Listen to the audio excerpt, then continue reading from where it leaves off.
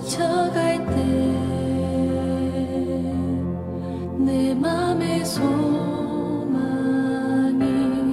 눈물 조각 될 때 내 곁에 다가와 부르시네. 주님의 시선. 네, 오늘 함께 나눌 하나님의 말씀은 구약성경 창세기 22장 1절에서부터 19절까지의 말씀입니다. 구약성경 창세기 22장 1절에서 19절, 제가 가지고 있는 성경은 구약 27면에 있습니다.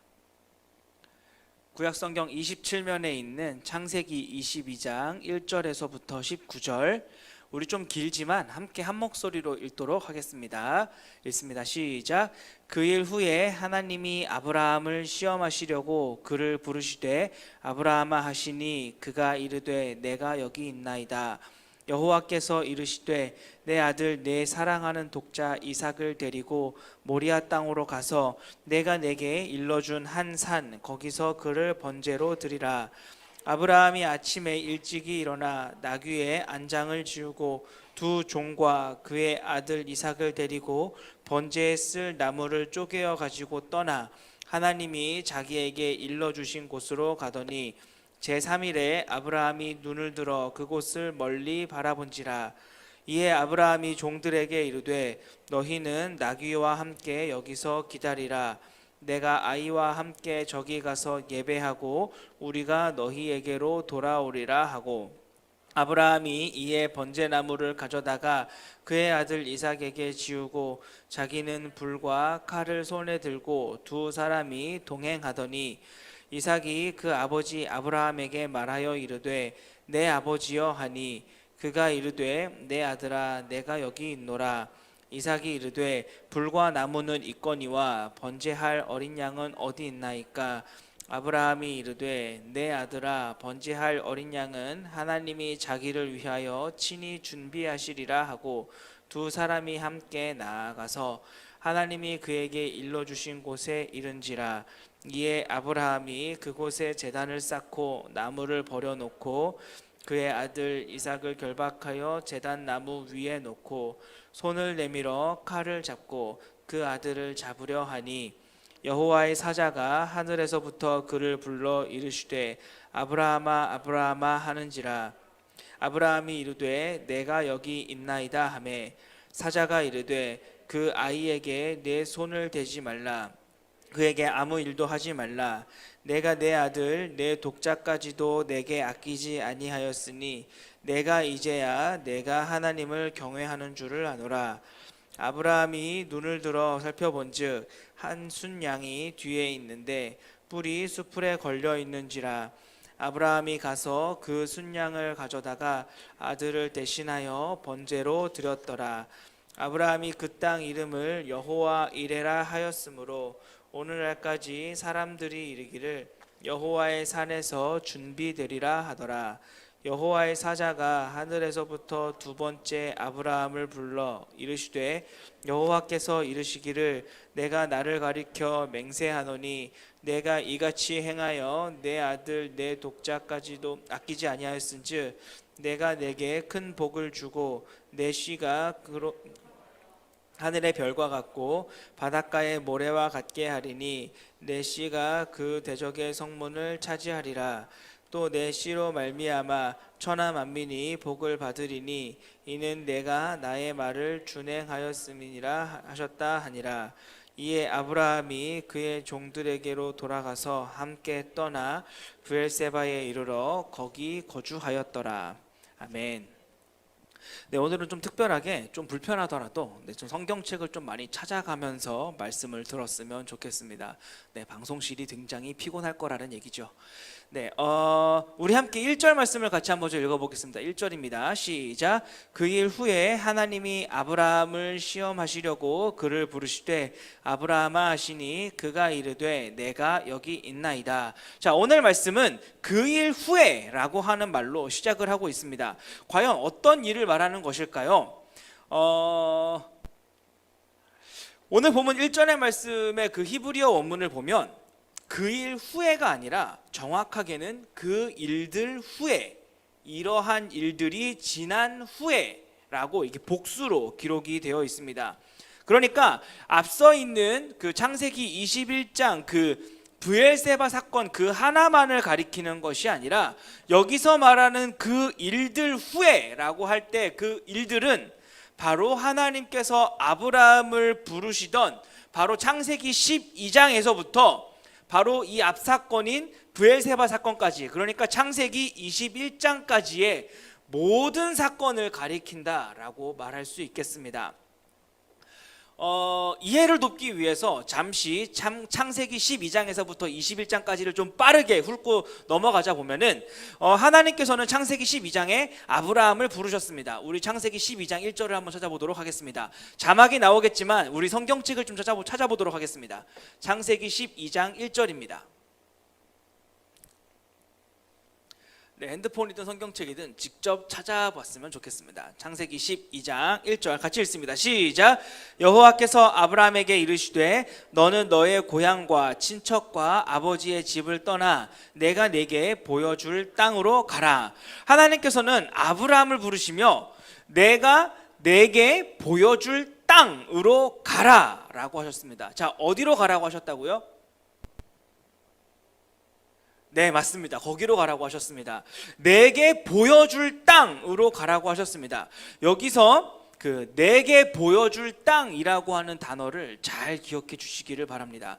하나님께서는 아브라함에게 내가 내게 보여줄 땅으로 가라고 약속하셨고 그 보여줄 땅이 있다라고 약속을 하셨고 아브라함은 그 약속을 믿고 자신의 고향과 친척과 아버지의 집을 떠나왔습니다.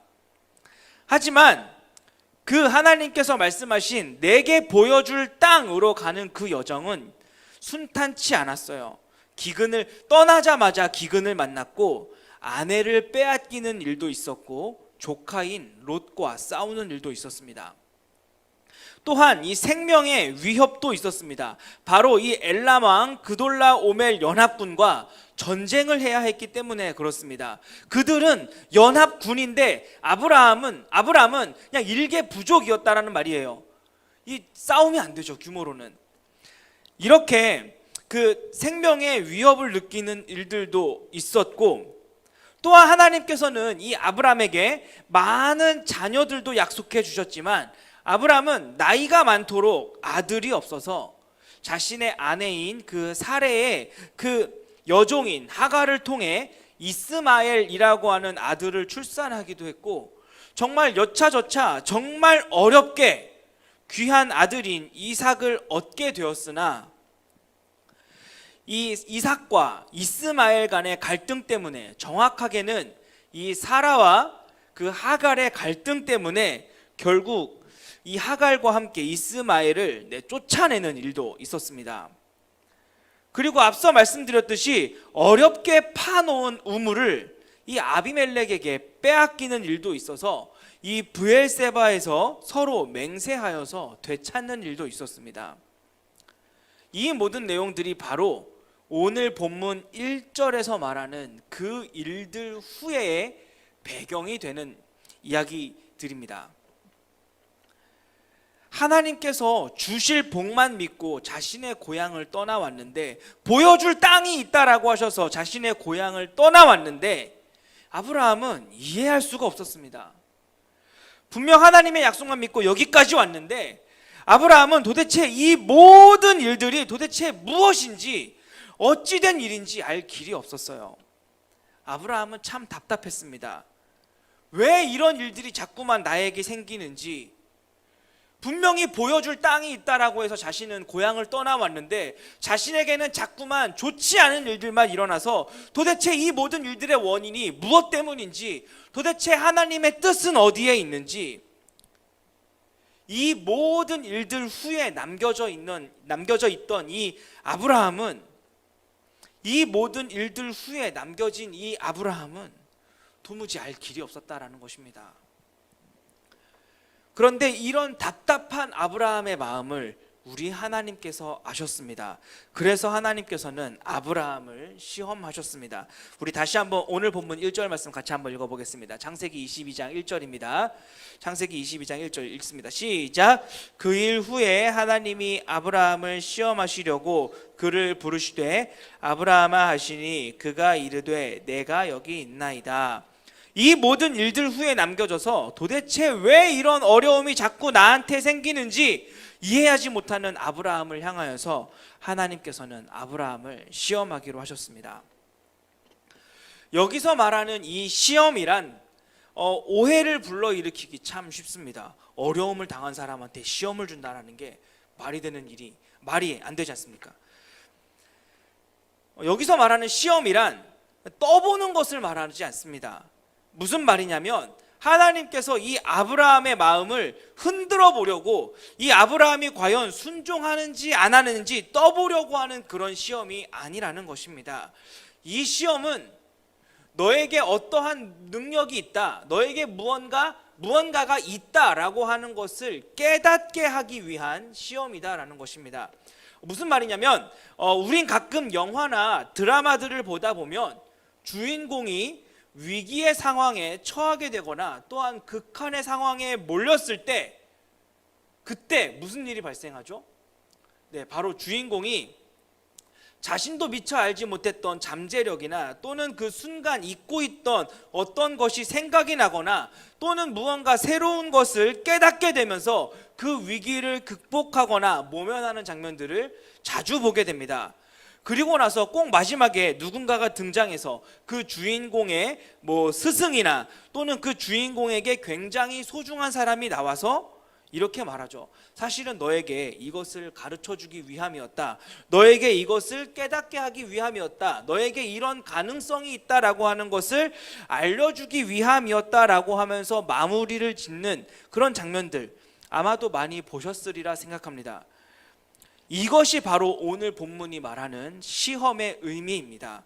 하나님께서는 아브라함에게 무언가를 가르쳐 주시기 위해서, 그러니까 이 모든 일들을 지나오면서 아브라함이 뭔가 갖게 된 그것을 깨닫게 하시기 위해서 이 시험을 허락하신 것입니다.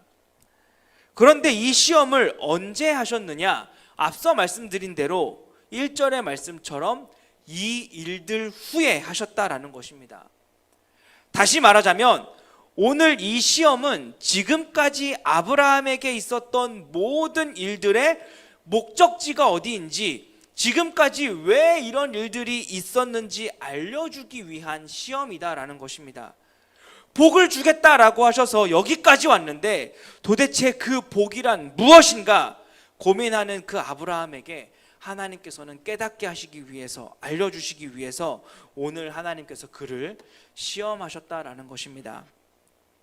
과연 하나님께서는 이 아브라함에게 무엇을 알려주기를 원하셨고, 과연 무엇을 깨닫게 하시려고 아브라함을 여기까지 인도하셨는지 우리 오늘 본문을 계속 살펴보면서 한번 알아보도록 하겠습니다. 우리 2절 말씀을 같이 한번 좀 읽어볼게요. 2절입니다. 시작.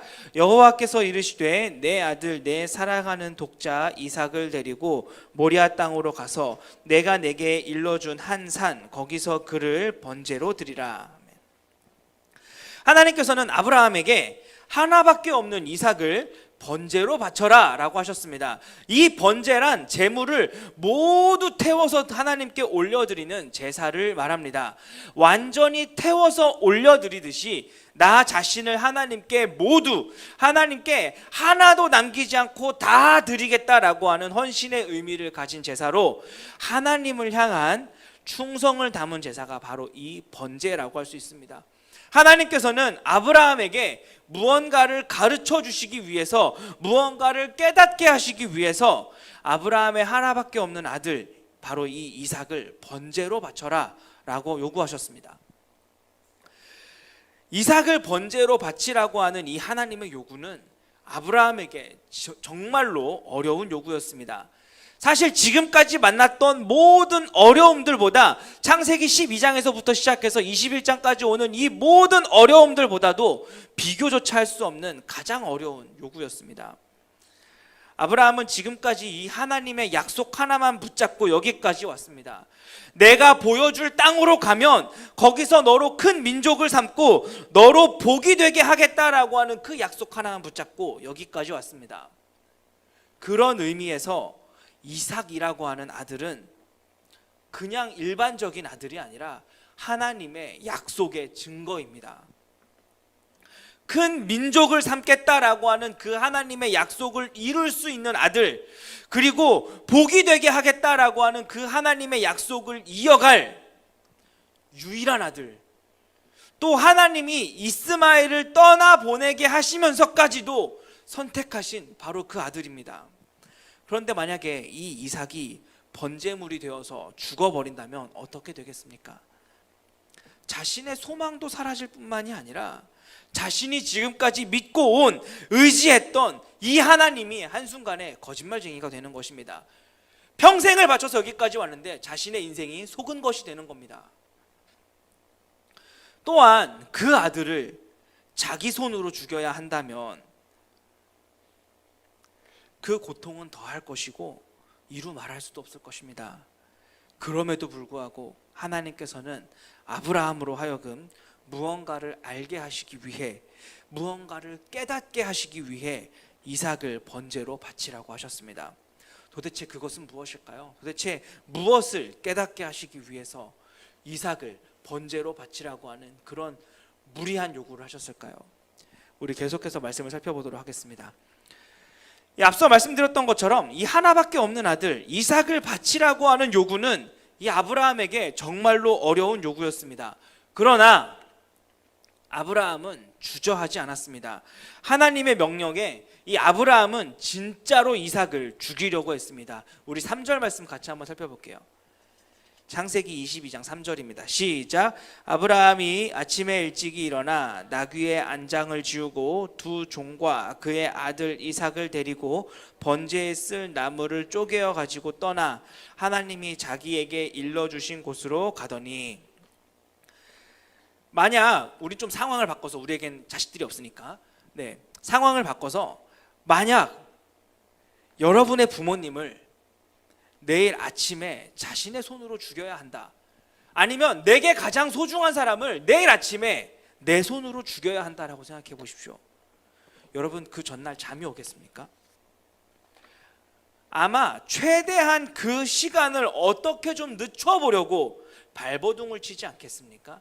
아니면 내가 어디라도 아프기라도 해서 그렇게 못하게끔, 내가 어디라도 다치기라도 해서 그렇게 못하게끔 하지 않겠습니까? 하지만 아브라함은 우리의 생각과 전혀 달랐습니다. 아침 일찍 일어나서 모든 준비를 마쳤습니다. 성경은 이 아브라함의 행동을 사실 대충 기록해 놓고 넘어갈 수도 있습니다. 아브라함이 이삭과 함께 두 종과 함께 모리아 땅으로 갔다 라고 말할 수도 있지만, 성경은 이 아브라함의 행동을 굉장히 자세하게 기록하고 있습니다. 이 기록을 통해 우리는 아브라함이 이 행동을 하는 것에 있어서 어떠한 망설임이나 주저함 또는 혼란스러움이 없었다라는 것을 알 수 있습니다. 또한 아브라함이 정말로 이삭을 죽이려 했다는 것을 알 수 있게 해주는 단서가 바로 신약 성경에 한 군데 있는데, 우리 히브리서 11장 19절을 같이 한번 찾아서 읽어보겠습니다. 히브리서 11장 19절입니다. 히브리서 11장 19절 함께 읽습니다. 시작. 그가 하나님이 능히 이삭을 죽은 자 가운데서 다시 살리실 줄로 생각한지라 비유컨대 그를 죽은 자 가운데서 도로 받은 것이니라. 아브라함은 자신이 이삭을 죽여 바치고 나면 하나님께서 그를 다시 살리실 줄로 생각했다라고 합니다. 그리고 창세기 22장 5절을 보면 두 종들에게 말하기를, 이삭을 죽이고 나면 아브라함 혼자 돌아와야 되는데 두 종들에게 말하기를 우리가 너희에게로 돌아오리라 라고 말하고 있습니다. 이삭을 죽이면 혼자 돌아와야 하는데 우리가 돌아오겠다라고 말하고 있습니다. 아브라함은 정말로 이삭을 죽일 계획이었습니다. 그리고 죽이고 나면 하나님께서 다시 살려주리라 믿었습니다. 그렇게 아브라함은 이삭과 두 명의 사환들을 데리고 종들을 데리고 하나님께서 말씀하신 모리아 땅을 향하여서 갔습니다. 그리고 3일이 지났습니다. 저 멀리에 하나님께서 아브라함에게 일러준 산이 보이기 시작했어요. 그래서 아브라함은 두 종들에게 이삭과 함께 우리는 예배하고 오겠다 라고 하면서 너희는 여기에 남아 있으라 라고 하면서 이삭과 함께 하나님이 일러준 산으로 갔습니다. 그리고 하나님이 일러준 산에 도착한 아브라함은 망설임이 없었습니다. 이미 아들을 죽이기로 작정했기 때문에 그렇습니다. 우리 9절과 10절을 같이 한번 좀 읽어볼게요. 창세기 22장 9절과 10절입니다. 22장 9절 10절 시작. 하나님이 그에게 일러주신 곳에 이른지라 이에 아브라함이 그곳에 제단을 쌓고 나무를 버려놓고 그의 아들 이삭을 결박하여 제단 나무 위에 놓고 손을 내밀어 칼을 잡고 그 아들을 잡으려 하니, 여기에서도 성경 저자는 아브라함이 한 일을 구체적으로 기록하고 있습니다. 여기에서 우리는 아브라함의 행동에 어떤 망설임이나 주저함이 없었다라는 것을 알 수 있습니다. 아브라함은 이삭을 죽이기로 작정했기 때문에 거침없이 이삭을 하나님께 바치려고 했습니다.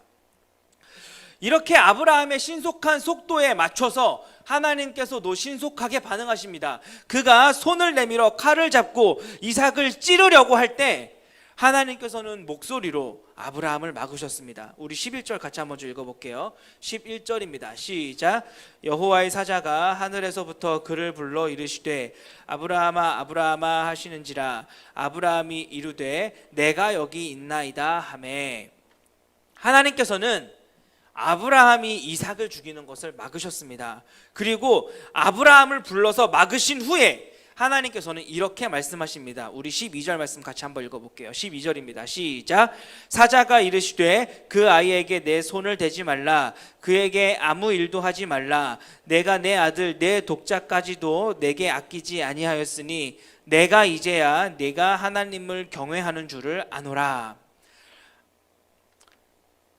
하나님은 지금까지 아브라함이 하나님을 경외하고 있다라고 하는 것을 모르셨을까요? 12장에서부터 21장까지 그 사실을 몰라서 지금까지 모르고 계시다가 이제서야 그가 하는 행동을 보고 아셨을까요? 그렇지 않습니다.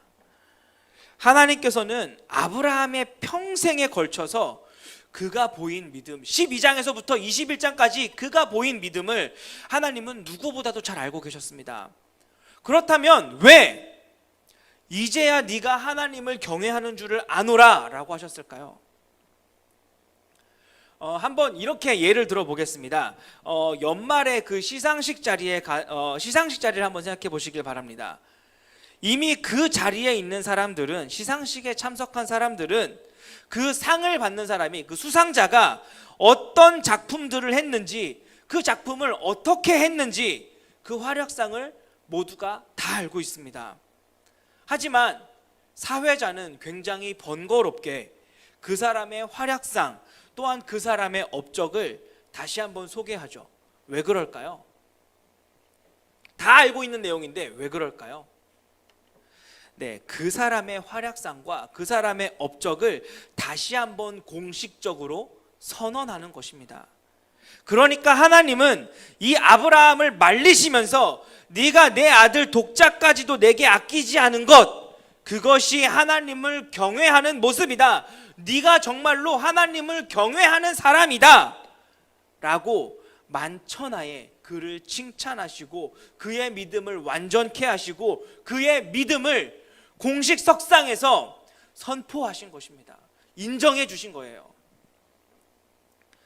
하나님께 그 믿음을 칭찬받고 인정받은 순간 아브라함은 주위를 살펴보다가 자신의 눈에 보인 것이 있었습니다. 바로 수풀에 뿔이 걸려 있는 순양이었어요. 아브라함은 평생토록 바라보고 살았던 이 이삭을 바치려고 했던 그 순간에 자신의 이름을 부르시는 하나님과 또 수풀에 뿔이 걸려 있는 순양을 보게 된 것입니다. 그 순양은 하나님께서 준비시켜 주신 것이에요. 이 순양을 본 아브라함은 이삭 대신에 하나님께서 준비시켜 주신 이 순양을 희생 제물로 번제로 드렸습니다. 그리고 자신과 이삭이 서 있던 그 산의 이름을 여호와 이레라고 했습니다. 우리 14절 말씀 같이 한번 좀 읽어볼게요. 14절입니다. 시작.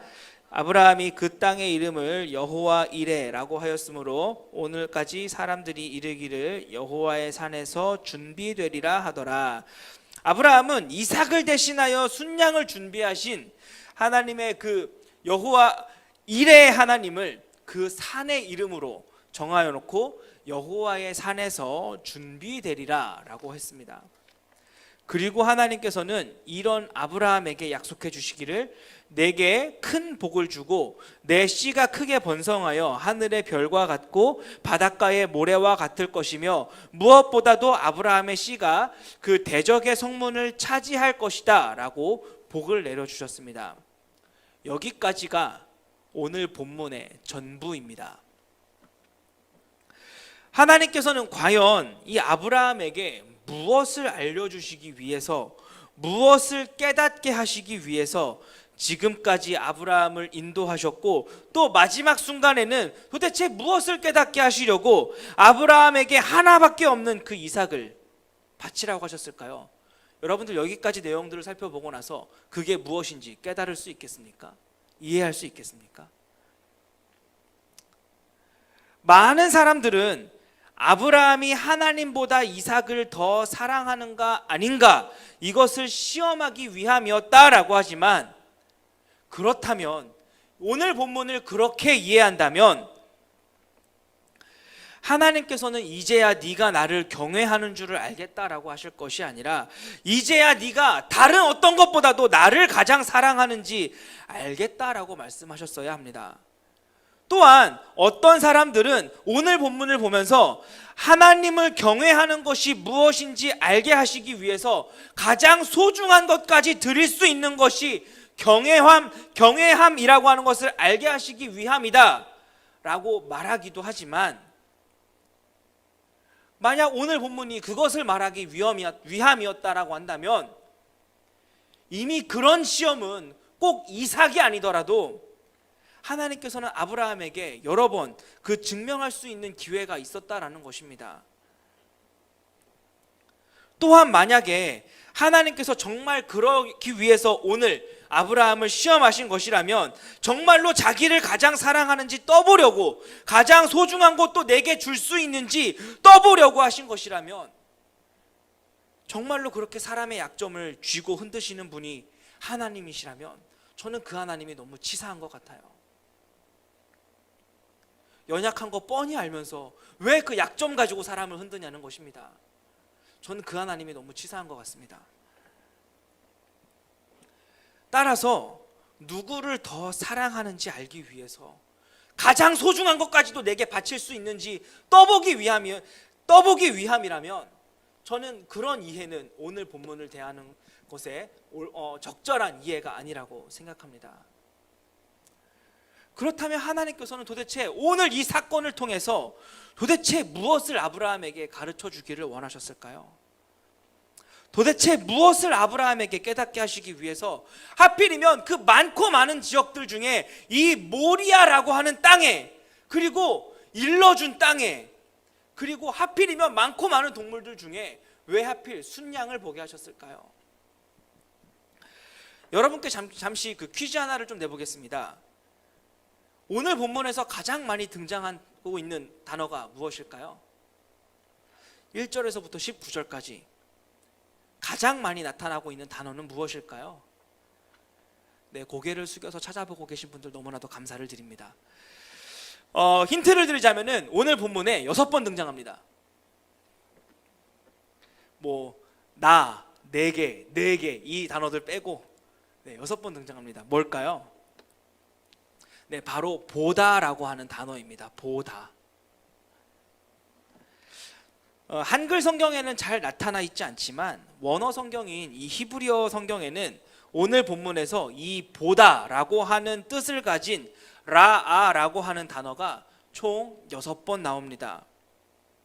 오늘 본문은 이 보다 라라고 하는 단어가 모양을 바꾸면서 오늘 본문을 이끌어가고 있습니다. PPT 좀 띄워주십시오.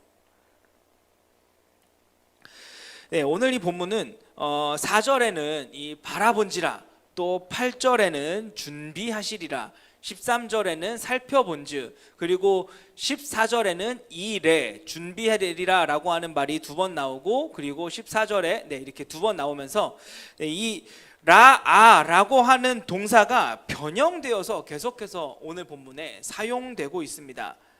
또한 앞서 말한 2절에 모리아라고 하는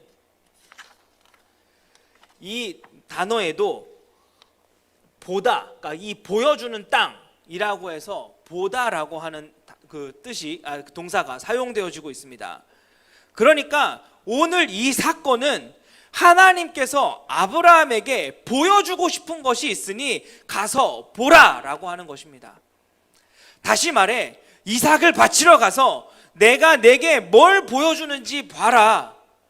그리고 그것이 그 보게 될 것이 바로 너에게 가르쳐주고 싶은 것, 그것이 내가 너에게 깨닫게 하고 싶은 것, 12장에서부터 21장까지 그 모든 과정들을 통해서 내가 너에게 가르쳐주고 싶은 그 결론이다 라고 말씀하신 것입니다.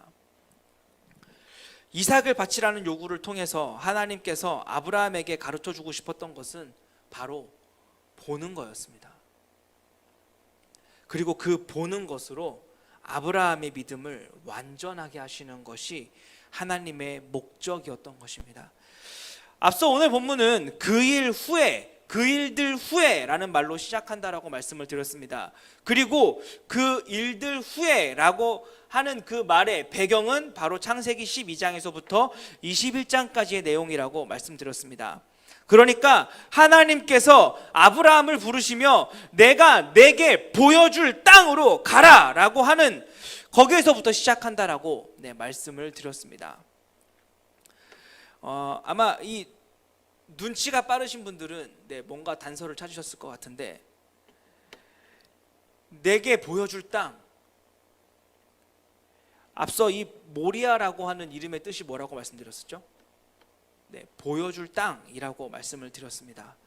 그러니까 오늘 아브라함이 이삭을 바치려고 했던 이곳 모리아, 다시 말해 보여주는 땅은 아브라함의 이 인생의 여정의 종착지와도 같은 곳이라는 것이에요.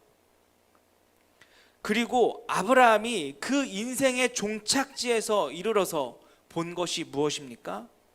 바로 자신에게 말씀하시는 하나님과 아들을 대신해서 바칠 희생 제물인 순양이었습니다. 하나님께서는 아브라함에게 하나님 자신과 또 대신하여 죽을 이 순양을 보여주시기 위해서 아브라함을 12장에서부터 21장까지 인도하셨던 것입니다. 하나님께서 아브라함에게 알려주길 원하셨던 것은 바로 보여주신 순양을 통해 이 하나님을 보는 것이었습니다. 하나님을 믿는 사람들은 다른 것을 보는 사람들이 아니라 삶의 모든 순간에 하나님을 보는 사람이라는 것을 깨닫게 하시기 위해서 대신 죽을 순양을 통해서 삶의 모든 순간에 하나님을 보는 것이라는 것, 그 사실을 알려주시기 위해서 아브라함을 내게 보여주는 땅으로 가라고 말씀하셨고, 하나님께서 보여주신 땅에서 마침내 아브라함은 순양을 보게 되었고 하나님을 보게 된 것입니다. 이것은 믿음으로 사는 우리 역시 마찬가지입니다. 믿음의 사람인 아브라함이 희생할 순양을 통해서 하나님을 보게 되었을 때, 그때야 비로소 그 믿음이 완전해지고 하나님을 경외하는 사람이라고 선포되고 또한 살 수 있었던 것처럼, 믿음의 후손이자 믿음의 사람들인 우리 역시 다른 것을 보며 사는 사람들이 아니라 모든 순간마다 하나님을 보며 사는 사람들이라는 것입니다. 믿음으로 사는 우리는 희생할 순양을 통해서 이 하나님을 봐야 우리의 믿음이 완전해지고 하나님을 경외하는 사람이라고 선포되고 인정받고 또 살 수 있다라는 것입니다. 우리는 모든 순간에서 모든 장소에서 하나님을 보는 사람들입니다. 내가 일하는 일터에서도, 내가 일하는 그 일터에서의 그 직장 상사를 볼 때에도, 내 옆에 있는 소그룹원을 볼 때에도 우리는 그곳에서 하나님을 보는 사람들입니다. 그렇다면 우리를 위해 희생할 순양은 무엇일까요? 우리를 위해서 희생할 순양은 무엇일까요? 하나님께서는 오늘 본문을 통해서 계속해서 보라고 말씀하고 계십니다. 보리야, 바라보다, 준비하다, 살펴보다, 일해, 준비하다 라고 말씀하시면서 우리에게 하나님을 바라보기를 원하시고, 또한 하나님께서 직접 준비해 주신 순양을 보라고 자꾸만 말씀하십니다. 그래야 우리가 살 수 있다라고 말씀하십니다. 그렇다면 우리가 도대체 봐야 할 그 순양은 무엇이냐는 말입니다. 우리 좀 넘어가서 역대하 3장 1절을 살펴보도록 할게요. 구약성경 역대하 3장 1절입니다. 구약성경 역대하 3장 1절 함께 읽습니다. 시작. 솔로몬이 예루살렘 모리아 산에 여호와의 전 건축하기를 시작하니 그곳은 전에 여호와께서 그의 아버지 다윗에게 나타나신 곳이요 여부스 사람 오르난의 타작마당에 다윗이 정한 곳이라. 이삭이 바쳐졌던 이 모리아에는 훗날 뭐가 들어왔습니까? 네, 솔로몬에 의해 성전이 건축되었습니다. 그리고 시간이 지나 이 솔로몬이 지은 성전은 바벨론과 로마에 의해서 모두 허물어지고 폐허가 된 그 땅은 사람들에 의해서 해골이 깨졌다라고 하는 의미로 해골의 곳이라고 불리게 되었습니다. 여러분, 해골의 곳 무엇입니까? 네, 바로 골고다입니다. 그리고 지금으로부터 약 2000년 전 바로 이곳 골고다에서 한 청년의 머리가 수풀에 걸린 것처럼 가시나무에 찔린 채, 그리고 제물로 바쳐진 양처럼 갈기갈기 찢겨진 채 이곳에서 죽게 됩니다. 네, 바로 우리 예수님이 죽으셨습니다. 예수님은 이곳 모리아에서 제물과 같이 찢겨져서 믿음의 사람들을 대신해서 희생되셨습니다. 우린 바로 우리 대신 찢겨져 죽으신 예수님 때문에, 이 예수님을 통해서 예수님을 준비하신 하나님을 볼 수 있고 하나님을 마주할 수 있는 것입니다. 정리하면 하나님을 믿는 사람들은 다른 것이 아니라 예수님을 통해서 하나님을 보는 사람들인 것입니다. 이 아브라함을 통해 이루고자 하셨던 하나님 나라의 사람들은 예수 그리스도를 통하여서 언제 어디에서나 무엇을 하든지 하나님을 만나는 사람들입니다. 언제든 하나님을 부르는 사람들이고, 어디에서든 하나님을 모시고 사는 사람들이고, 누구와 함께 있든지 그 사람에게서 하나님을 발견하는 사람들입니다. 그렇게 모든 일에서 하나님을 만나는 것이 바로 하나님께서 아브라함을 통해 시작하신 그 나라의 사람들, 예수 그리스도를 통해 완성하신 나라의 사람들, 바로 하나님 나라의 사람들이라는 말입니다. 그리고 이렇게 하나님을 보며 사는 삶, 예수 그리스도를 바라보며 사는 삶, 이것이 바로 경외하는 삶입니다.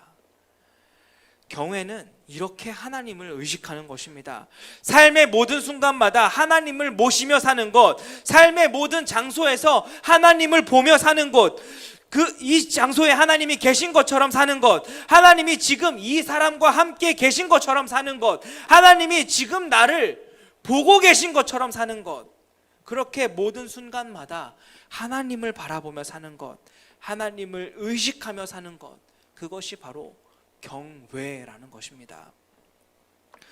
그리고 하나만 더 추가해서 말씀을 드리자면, 바로 이렇게 경외하면서 사는 것, 삶의 모든 순간에 하나님을 모시며 사는 것, 하나님을 바라보며 사는 것, 저는 이것이 바로 우리의 삶을 번제로 드리는 모습이라고 생각합니다.